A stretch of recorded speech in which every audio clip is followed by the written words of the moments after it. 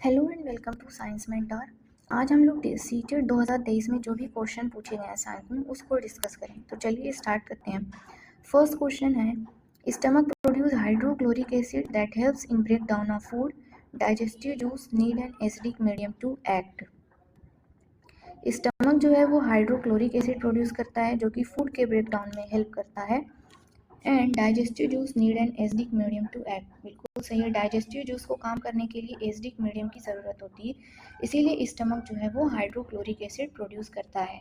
तो असर्शन और रीज़न दोनों सही है और रीज़न करेक्ट एक्सप्लेनेशन है असर्शन का। तो option number 4 is right here. Next question आपसे बोल रहा है what does the term nitrogen fixation means. Nitrogen fixation का क्या मतलब है यहाँ पे। तो देखिए, conversion of nitrogen compound into gaseous nitrogen, conversion of ammonia into nitrates by the bacteria present in the soil, release of nitrogen present in dead organic matter back into the soil, and conversion of atmospheric nitrogen को more usable form में convert करना living organism के लिए। लेकिन nitrogen fixation का simple सा मतलब होता है, नाइट्रोजन जो भी हमारे एटमॉस्फेयर में प्रेजेंट है जो कि 78% है, ये सब फ्री स्टेट में, इसको हम डायरेक्टली यूटिलाइज नहीं कर सकते, ये डायरेक्ट हमारे किसी काम की नहीं। इसको यूज़ में लाने के लिए पहले इसको फिक्स करना पड़ता है। तो conversion of atmospheric nitrogen to more usable form for living organism, option number 4 is right here. Question number 63 आपसे बोल रहा है, at which of the following position does the spring have the least potential energy. Spring के पास least potential energy कब होगी। The spring is neither compressed nor pulled out and is lying on the ground. Spring को नहीं compress कर रहे हैं, ना ही खींच रहे हैं, स्ट्रेच कर रहे हैं, ये एज इट इज़ ग्राउंड पे पड़ी हुई है। यहाँ पे हम स्प्रिंग को कंप्रेस कर रहे हैं। Spring is compress to minimum and is place at a height. Spring is pull to maximum and is place at a height. देखिए, ये हमारे पास स्प्रिंग है। जब भी हम स्प्रिंग पे वर्क करते हैं, इसको हम पुल, स्प्रिंग को इधर से दबा रहे हैं, तो जो भी हम वर्क करेंगे वो पोटेंशियल एनर्जी के फॉर्म में स्टोर हो जाएगा, ठीक है। और जैसे ही हम इसको स्ट्रेच भी करेंगे तो इस पर तब भी हम कोई ना कोई काम कर रहे हैं। जब भी हम स्प्रिंग पे कोई काम करते हैं तो वो जो वर्क डन है हमारा वो पोटेंशियल एनर्जी के फॉर्म में स्टोर हो जाता है। एंड पोटेंशियल एनर्जी का फॉर्मूला होता है U=mgh। ये हाइट पे भी डिपेंड करती है। तो यहाँ पे हम इसको ऑप्शन नंबर सेकंड में हमारे पास बोल रहा है स्प्रिंग को कंप्रेस कर रहे हैं। कंप्रेस कर रहे हैं मतलब हम कुछ ना कुछ काम कर रहे हैं, तो पोटेंशियल एनर्जी तो स्टोर होगी। तो ये तो सेकंड ऑप्शन तो नहीं होगा हमारे पास ना। स्प्रिंग को यहाँ पे भी कंप्रेस कर रहे हैं minimum and displace at the height H, ये भी नहीं होगा। यहाँ पे स्प्रिंग को पुल करें तब भी हम कोई ना कोई काम करें और जो भी वर्क डन हम उस पर करेंगे वो पोटेंशियल एनर्जी के फॉर्म में स्टोर हो जाता है। तो ऑप्शन नंबर 4 भी यहाँ पे नहीं सही। तो option number 1 is right here. Next question हम डिस्कस करते हैं, identify the seat comprising cold blooded. Cold blooded organisms ऐसे ऑर्गेनिजम्स होते हैं, ये अपने इंटरनल बॉडी के टेम्परेचर को मेंटेन नहीं कर सकते हैं, ठीक है। इसमें हमारे पास कोल्ड ब्लडेड में रेप्टाइल्स वगैरह और कीड़े वगैरह आ जाते हैं। और वार्म ब्लडेड ऐसे ऑर्गेनिजम्स होते हैं जो अपने बॉडी के टेम्परेचर को मेंटेन कर लेते हैं। वार्म ब्लडेड में हमारे पास मैमल्स आ जाएगा और फिर हमारे पास बर्ड्स है, ये सब वार्म ब्लडेड में आते हैं, ठीक है। ह्यूमंस, हम अपनी बॉडी के टेम्परेचर को, हमारी बॉडी का टेम्परेचर हमेशा 37 degree centigrade normal body temperature रहता है। ऐसा तो है नहीं कि ठंडी में हमारी बॉडी का टेम्परेचर चेंज हो जाता है। तो हम किस में आते हैं, वार्म ब्लडेड में। तो डॉल्फिन एक मैमल्स है और मैमल आएंगे वार्म ब्लडेड में, तो ये नहीं होगा। Human is also a mammal, whale is also a mammal. तो option number 3 is right here, snake, frog and cockroach. Next question है, which of the following pair of unit are use to measuring the same physical quantity. Option number first है KG metre per second square, kilogram metre per second square. Kilogram is the unit of mass, metre per second किसकी unit है, acceleration. Mass into acceleration हमारे पास होता है force. और यहाँ पे Newton metre है, न्यूटन किसकी यूनिट है, फोर्स की। मीटर किसकी है, डिस्टेंस या फिर डिस्प्लेसमेंट की। तो फोर्स इनटू डिस्प्लेसमेंट हमारे पास क्या आ जाता है, वर्क या फिर एनर्जी। तो यहाँ पे फोर्स आ रहा है फर्स्ट में और यहाँ पे वर्क, तो ये नहीं होगा हमारे पास। सेकंड में देखते हैं, केजी मीटर पर सेकंड स्क्वायर और वॉट सेकंड। केजी मीटर पर सेकंड स्क्वायर जो होता है वो हमारे पास एनर्जी की यूनिट होती है। देखते हैं कैसे। kg मीटर स्क्वायर पर सेकंड स्क्वायर।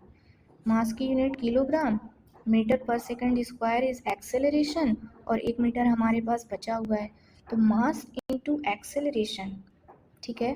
यहाँ पे मास और ये एक्सेलरेशन हो जाएगा फोर्स, और फोर्स और ये 1 मीटर बचा है जो कि डिस्टेंस की यूनिट है, तो फोर्स इनटू डिस्टेंस हमारे पास क्या आ जाएगा, एनर्जी आ जाएगा, ठीक है। तो KG metre per second square ये एनर्जी की यूनिट है। बात करते हैं वॉट सेकेंड की। पावर की यूनिट होती है हमारे पास वॉट, और सेकेंड इज टाइम, तो पावर इनटू टाइम हो जाता है एनर्जी। तो ये एनर्जी हो गया और ये भी एनर्जी हो गया, तो option number second is right here, ठीक है। ऑप्शन नंबर थर्ड को भी चेक कर लेते हैं एक बार। Kilogram metre per second square, तो kilogram metre per second square acceleration हो जाएगा, ये ऊपर वाले में अभी बताया था मैंने। और what is the unit of, power की यूनिट वॉट है, और सेकेंड की टाइम, तो पावर इनटू टाइम एनर्जी। तो ये फोर्स आ रहा है इसका और इसका एनर्जी, तो ये भी नहीं होगा। KG metre per second square energy की होती है, और जूल पर सेकेंड, तो जूल हमारे पास एनर्जी और सेकेंड की टाइम, तो एनर्जी और time, energy upon time power हो जाता है, तो ये भी नहीं होगा। तो option number second is right here. Now move to the next question. Read the following paragraph and choose the options with a set of words which would fill the blanks correctly in the given order. इसमें आपसे बोल रहा है during fertilisation the sperm cells from the father and egg cells from the mother fuse to form dash. देखिए sperm और egg fuse करके zygote का formation करते हैं, ठीक है। विच डिवाइड रैपिडली, अब जाइगोट डिवाइड करेगा और जाइगोट डिवाइड करके एम्ब्रियो का फॉर्मेशन करेगा, तो एक्स में हमारे पास एम्ब्रियो आ जाएगा, और ये जो एम्ब्रियो है वो यूटेरस की वॉल से जाके चिपक जाएगा, और जब एम्ब्रियो यूटेरस की वॉल से जाके चिपकता है तो उस प्रोसेस को हम इम्प्लांटेशन बोलते हैं, ठीक है। इस प्रोसेस को हम इम्प्लांटेशन बोलते हैं। The stage of dash in which the body parts can be identifies, तो हम उसको फीटस बोलेंगे, ठीक है। तो 66 में हमारे पास सेकंड हो जाएगा ऑप्शन, जाइगोट एम्ब्रियो। सबसे पहले स्पर्म और एक फ्यूज़ करेंगे, जाइगोट का फॉर्मेशन करेंगे, जाइगोट डिवाइड करके एम्ब्रियो बनाएगा, एंड एम्ब्रियो जो है वो यूटेरस की वॉल में जाके चिपक जाएगा, और फिर फाइनली फीटस का फॉर्मेशन होगा। Question number 67, which of the following reaction are not feasible. यहाँ पे आपको रिएक्टिविटी सीरीज इसके लिए लर्न होनी चाहिए। PbSO4 plus Fe more reactive है PbC, तो ये इसको रिप्लेस कर देगा, तो ये तो नहीं होगा, नॉट पूछा है ना। Aluminium plus copper sulphate, aluminium is more reactive than copper, तो एल्यूमिनियम इसको रिप्लेस कर देगा कॉपर को, तो ये भी नहीं होगा। Zinc plus CaSO4, zinc is less reactive than calcium, तो ये option number third is right here. Magnesium plus zinc ZnSO4, ये जो मैग्नीशियम है वो मोर रिएक्टिव है जिंक से, तो मैग्नीशियम भी इसको रिप्लेस करेगा, तो ये भी नहीं होगा, तो option number third is right here. Next question आपसे बोल रहा है which of the following graph are straight line. यहाँ पे हमको ग्राफ बताना है कौन सा स्ट्रेट लाइन है, ठीक है। तो पहला है आपके पास distance time graph of a body at rest है। डिस्टेंस टाइम, टाइम को हमेशा एक्स एक्सिस पे लेते हैं, और यहाँ पे बॉडी रेस्ट पे है, यहाँ पे देखिए टाइम बढ़ रहा है, बॉडी रेस्ट पे है, तो डिस्टेंस टाइम ग्राफ का हमारे पास जो भी डिस्टेंस टाइम ग्राफ है वो स्ट्रेट लाइन में आएगा, बॉडी रेस्ट पे रहेगी, तो ये तो सही है। सेकंड देखते हैं velocity time graph of a body moving with uniform acceleration, ये है velocity time graph, body uniform acceleration से मूव कर रही है। इसका स्लोप निकालते हैं, स्लोप कैसे निकालते हैं, x/y, ये सॉरी स्लोप निकालने के लिए हम y/x करते हैं। ये हमारी y एक्सिस है, ये x एक्सिस है। तो स्लोप के लिए velocity upon time, rate of change of velocity क्या होता है? एक्सेलरेशन। देखिए एक्सेलरेशन हर जगह पे सेम है हमारे पास, तो एक्सेलरेशन कांस्टेंट है। Rate of change of velocity is acceleration. तो वेलोसिटी टाइम ग्राफ है जो body moving with uniform acceleration, तो ये भी स्ट्रेट लाइन में आएगा हमारे पास। Distance time graph of a body moving with uniform acceleration, distance time graph body moving with uniform acceleration, तो थर्ड का हमारे पास ये ग्राफ बनेगा। तो ये तो नहीं होगा straight line. Velocity time graph of body at rest, body rest पे है और वेलोसिटी टाइम ग्राफ पूछा है। जब बॉडी रेस्ट पे है तो ये एक्स एक्सिस के पैरेलल बनेगा बिल्कुल, तो ये भी स्ट्रेट लाइन ही है। तो A B and D is right here, तो option number 1 is right here. ठीक है। क्वेश्चन नंबर 69 में आपके पास लिक्विड की डेंसिटी दी हुई है और उसके अकॉर्डिंग हमको करेक्ट स्टेटमेंट चूज करना है। लिक्विड ए की डेंसिटी है 785, बी की है 820 एंड लिक्विड सी की है 924 एंड डी की है 1020। ऑब्जेक्ट, अब आपसे बोल रहा है on object that float in liquid C may or may not float in liquid A. देखिए लिक्विड सी की डेंसिटी हमारे पास कितनी है? 924। बाउंड फोर्स जो होती है वो डायरेक्टली प्रोपोर्शनल होती है डेंसिटी के। लिक्विड की डेंसिटी जितनी ज़्यादा बाउंड फोर्स उतनी ज़्यादा। बाउंड फोर्स क्या होती है? जो अपवर्ड फोर्स लगती है। अगर हम किसी भी ऑब्जेक्ट को लिक्विड में डिप करते हैं तो लिक्विड उस ऑब्जेक्ट के ऊपर जो फोर्स लगाएगा वही बाउंड फोर्स होगी। ठीक है। तो कह रहा है कि object that float in liquid C, liquid C में फ्लोट कर रहा है, may or may not float in liquid A. देखिए लिक्विड सी की डेंसिटी ज़्यादा है और लिक्विड ए की कम है, तो फ्लोट कर भी सकता है नहीं भी कर सकता है। May or may not float in liquid A, तो ऑप्शन नंबर 1 बिल्कुल सही है यहाँ पे। सेकंड में कह रहा है आपसे बोल रहा है an object that float in liquid A may or may not float in liquid B. Object जो लिक्विड ए में फ्लोट कर रहा है वो बी में कर भी सकता है और नहीं भी कर सकता है। दैट फ्लोट इन लिक्विड है। देखिए लिक्विड ए में डेंसिटी लिक्विड की क्या है? कम है बी से, तो जब डेंसिटी कम होगी तो बाउंड फोर्स कम होगी, तो ये भी नहीं होगा हमारे पास। An object that float in liquid B surely float in liquid A.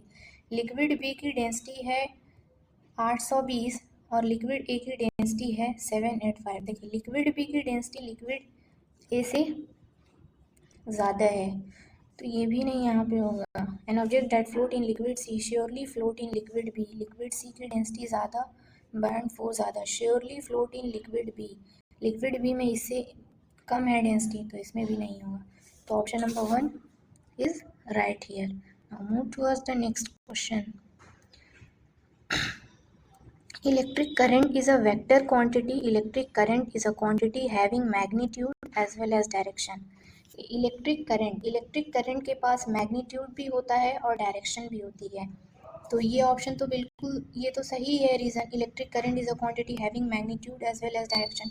But जो इलेक्ट्रिक करंट होता है वो वेक्टर क्वांटिटी नहीं है, स्केलर क्वांटिटी, क्योंकि ये वेक्टर लॉ ऑफ एडिशन को फॉलो नहीं करता है, इसीलिए ये वेक्टर नहीं है, स्केलर है। बट इसमें मैग्नीट्यूड भी होता है, डायरेक्शन भी होता है, but it does not follow the vector law of addition. तो फर्स्ट तो हमारे पास रॉन्ग हो जाएगा और रीज़न करेक्ट है। तो assertion is false but reason is true. Option number 3 is right here.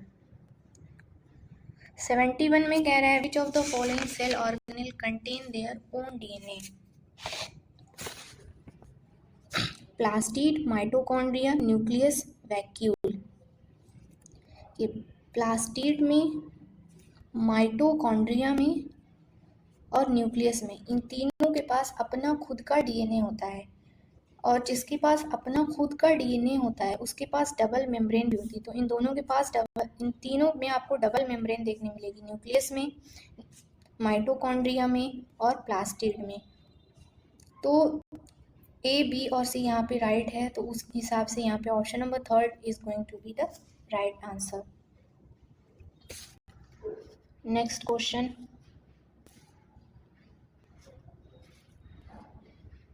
Which of the following statements about the cell of living organisms are correct?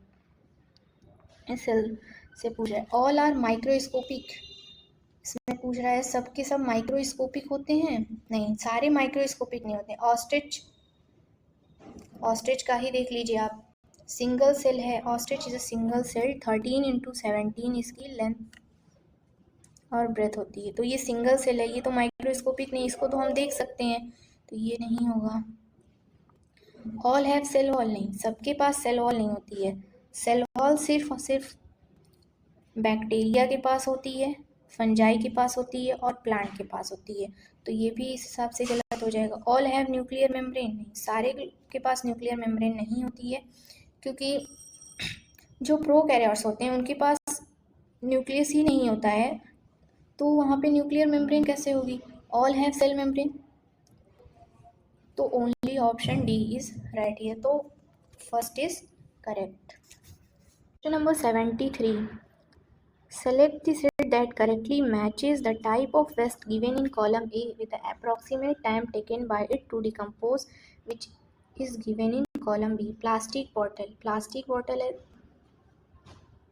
plastic bottle आप several year, silk scarf 4 year, cotton shirt 2 to 5 month, and banana peel जो है वो 1 से 2 week, and paper 10 to 30 days.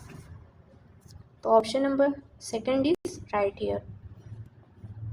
Next question आपसे बोल रहा है, a feather of mass 15 gram is dropped from a height, it is found to fall with a constant velocity, what is the net force acting on it. एक feather है जिसका मास है 15 ग्राम, उसको drop कर रहे हैं हाइट से एक विद कांस्टेंट वेलोसिटी। देखिए जहाँ पे वेलोसिटी कांस्टेंट है तो फोर्स हमारे पास ज़ीरो हो जाएगा। Rate of change of velocity क्या होता है, एक्सेलरेशन। वेलोसिटी कांस्टेंट है मतलब एक्सेलरेशन ये ज़ीरो है, और जब एक्सेलरेशन ज़ीरो है तो फोर्स भी ज़ीरो हो जाएगा। ठीक है। Question number 75, an ion X+3 is obtained from an element X atomic mass 27 and atomic number 13, the number of proton, electron and neutron in X+3 respectively. Electron, proton और neutron बताना है हमको। X+3 atomic number जो होता है वो number of proton के बराबर होता है, तो नंबर ऑफ प्रोटॉन क्या हो जाएगा, एटॉमिक नंबर। एटॉमिक नंबर हमको कितना गिवन है, 13, तो इसमें 13 नहीं है, इसमें नहीं है, इन दोनों ऑप्शन में 13 हमारे पास है। एटॉमिक नंबर 13, क्योंकि atomic number number of proton के इक्वल होता है। इलेक्ट्रॉन क्या हो जाएगा, यहाँ पे X+3 आयन है, मतलब यहाँ से 3 इलेक्ट्रॉन निकल गया है, तो हमारे पास बचेगा 10। 3+3 का मतलब है यहाँ से 3 इलेक्ट्रॉन निकाल दिए हैं, 13 से 10 हो जाएगा ये। और न्यूट्रॉन पूछ रहा है, तो नंबर ऑफ न्यूट्रॉन निकालने का हमारे पास फॉर्मूला होता है, एटॉमिक मास में से एटॉमिक नंबर माइनस कर देंगे। Atomic mass minus atomic number. Atomic mass है हमारे पास 27 और एटॉमिक नंबर है 13। 27 में से जब 13 माइनस करेंगे तो हमारे पास आएगा 14, तो option number 4 is going to be the right answer. Next question is identify the set comprising plants that produce bisexual flower. Bisexual ऐसे flowers होते हैं जिनके पास मेल और फीमेल पार्ट दोनों होता है। तो cucumber, papaya, rose, mustard, rose, petunia, corn, cucumber, petunia, corn, papaya, mustard. Cucumber नहीं होगा, यूनिसेक्सुअल है। मस्टर्ड, रोज, पिटूनिया, तो यहाँ पे सेकंड ऑप्शन सही हो जाएगा। ये सारे के सारे बाइसेक्सुअल हैं। इसमें कुकुम्बर है तो ये भी नहीं होगा। Next question is identify the incorrect statement. Clay soil is better aerated than loamy soil. Clay soil is more fertile as compare to loamy soil. Water retention capacity of clay soil is better than that of loamy soil. The particle size of clay soil is much smaller than that of loamy soil. तो यहाँ पे option number 1 हमारे पास right हो जाएगा। Clay soil जो होती है वो बेटर एरेटेड होती है देन लोमी सॉइल से। Next question, which of the following substance are presents on rubbing surface of match box. जो मैच बॉक्स होता है उसके जो साइड में जो होता है वो साइड के डब्बे पे जो लगा रहता है वो कौन सा सबस्टांस होता है? तो glass powder and red phosphorus, white phosphorus and glass powder, red phosphorus and magnesium, potassium and white phosphorus.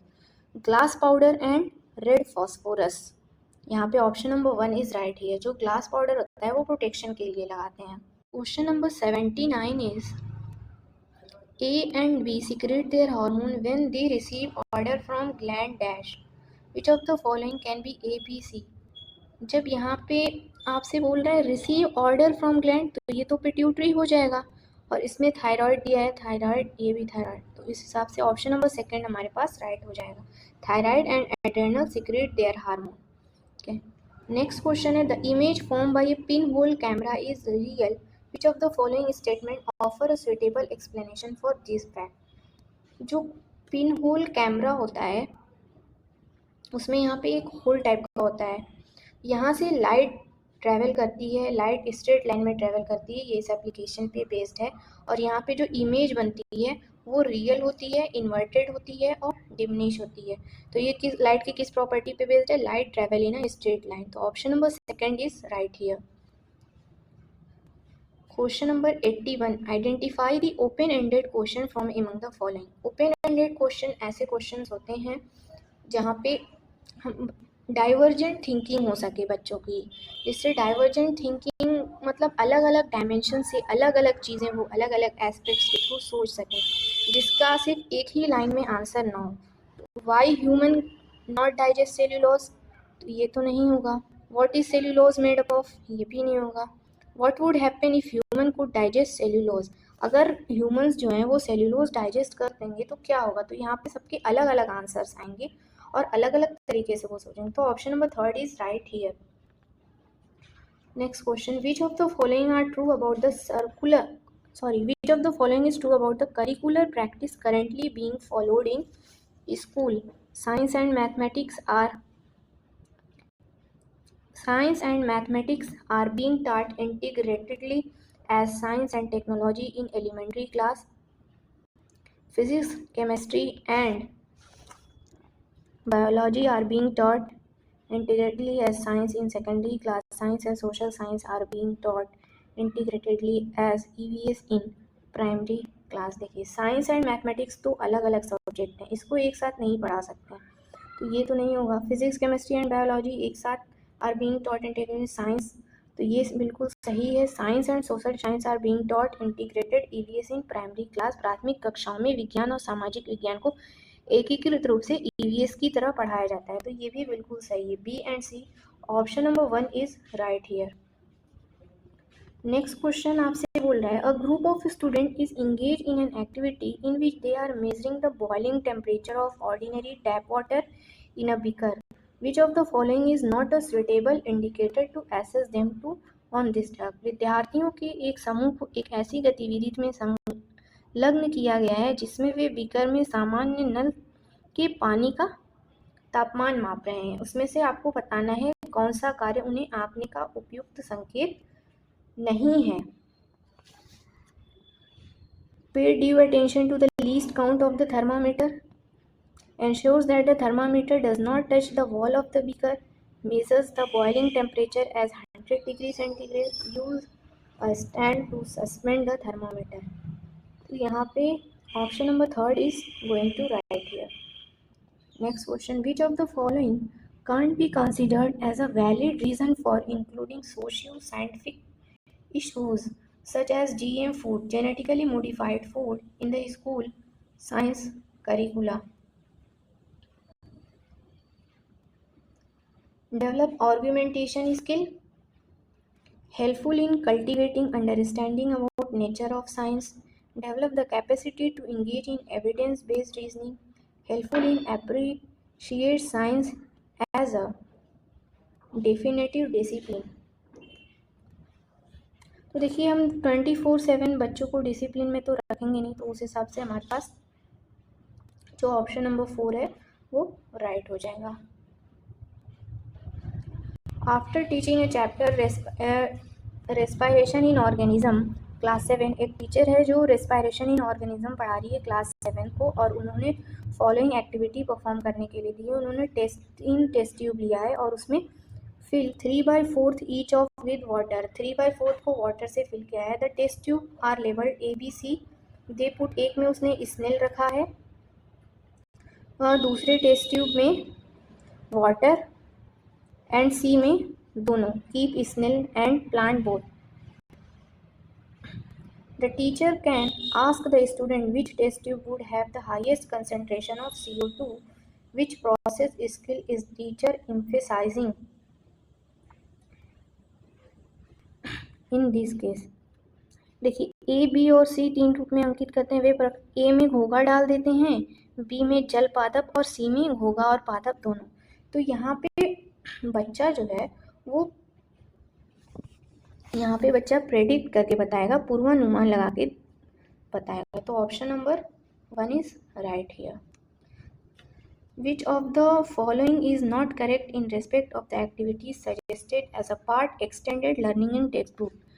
पाठ्य पुस्तकों में विस्तृत अधिगम के भाग के रूप में प्रस्तावित गतिविधियों के संबंध में निम्नलिखित में से कौन सा सही नहीं है? ये बच्चों के ज्ञान एवं कौशल के रंग पटल के लिए महत्वपूर्ण मूल्य संवर्धन है।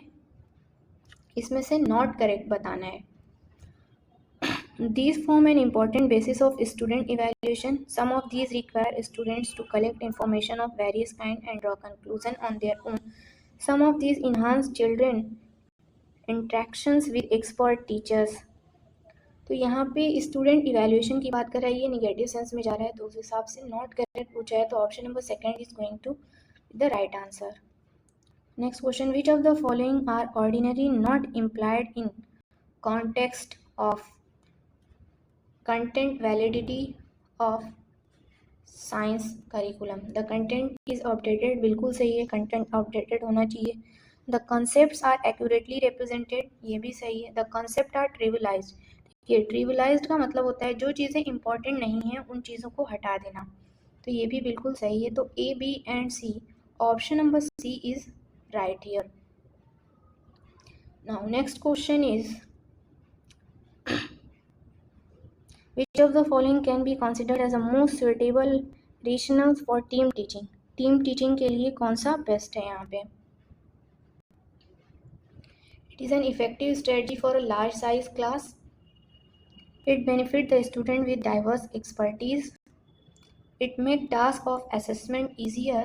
It is helpful in increasing student participation. ये जब भी आप टीम वर्क करते हैं तो हमारी ये स्ट्रेटजी रहती है कि उसको डिफरेंट तरीके से बेनिफिट्स मिले जो स्टूडेंट ने, जिससे वो डाइवर्स थिंकिंग कर सकें, वो अलग अलग एस्पेक्ट से चीज़ों को सीख सकें। तो उस हिसाब से it benefits the student with diverse expertise. Option number 2 is right here. Next question है, which of the following would be the most suitable activity to introduce the concept of image formation in a spherical mirror in class 7 student? देखिए यहाँ पे हम class 7 student की बात कर रहे हैं और मोस्टली हम वहाँ पे एक्टिविटी बेस्ड लर्निंग करेंगे जिससे चीज़ें जल्दी से बच्चों को समझ में आना है। तो student are asked to observe their image to various position in a plane mirror, नहीं ये नहीं होगा। Student are asked to play with shiny steel spoons and observe their images in it, बिल्कुल। जो स्पून्स होता है हमारे पास एक कॉन्वेक्स सरफेस होता है और एक कॉन्केव सरफेस होता है, तो student asked to play with shiny steel spoon and observe their image in it, तो यही हम करेंगे। तो option number 2 is right here. Third भी देख लेते हैं, students are explain the laws of reflection, तो ये तो नहीं होगा। फोर्थ है, students are explain the process of drawing ray diagram, तो फोर्थ भी नहीं होगा। तो ऑप्शन नंबर 2 यहाँ पे राइट हो जाता है। क्वेश्चन नंबर 90 के आपसे बोल रहा है, which of the following is not implied by the student good science education is true to child, true to life and true to the discipline? निम्नलिखित में से कौन सा इस कथन से परिलक्षित नहीं होता है कि अच्छी विज्ञान शिक्षा बच्चे के अनुकूल, जीवन के अनुकूल और विद्या विशेष अनुशासन के अनुकूल है? Science education should help student to acquire the process of science, ये तो बिल्कुल सही है। Science education should build a link between child and her environment, बिल्कुल हम इन्वायरमेंट से रिलेट करके ही पढ़ाएंगे। Science education should train students to remain disciplined in school. Science classroom practice should be developmentally appropriate. तो ऑप्शन नंबर थर्ड यहाँ पे सही हो जाएगा. नॉट पूछा है ना, तो student education should train student to remain discipline in school, नहीं, ये नहीं होगा, ये निगेटिव सेंस में जा रहा है. तो option number third is going to be right answer.